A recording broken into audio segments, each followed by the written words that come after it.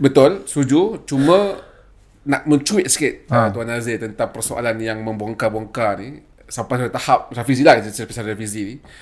Ada sampai sampai tahap bahawa kalau Rafizi ni kena pecat, kena buang daripada PKR ke apa kan. Ini sampai masanya kalau dia masuk PAS ke apa. Kan ada buka cerita kan. Kalau masuk PAS ni bagus ni kan. Mana tahu PAS pada tarbiyah kan. Pendapat. Tak, saya masih lagi pegang benda yang sama bro. You bila masuk mana-mana organisasi, you mesti bawa that shared values. Okay, kalau kau masuk organisasi tu atas dasar apa? Atas dasar tak puas hati. Percayalah cakap saya. Dia akan jumpa yang tak puas hati yang sama dekat dalam PAS. Betul. Lepas tu dia buat apa? Dia buka lagi pentas. Tapi belakang pula gambar PAS pula. Gitu. Betul. So bagi saya Rafizi memang tak layak duduk dalam PAS. Dia tak boleh. Sebab apa? Shared values tak sama. Tu je jawapan dia. Okay? Shared values ni mana-manalah sesiapa pun yang masuk dekat dalam PAS, dia kena mula shared values dekat mana? Daripada bawah.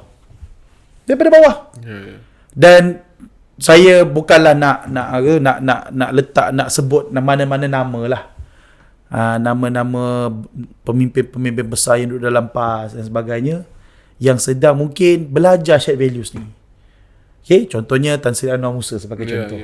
Nampak dia cuba dan juga dia cuba nak instill dan install shared values tu. Itu pun dia selalu sebut bahagian. Mana dia kita PAS dalam bahagian.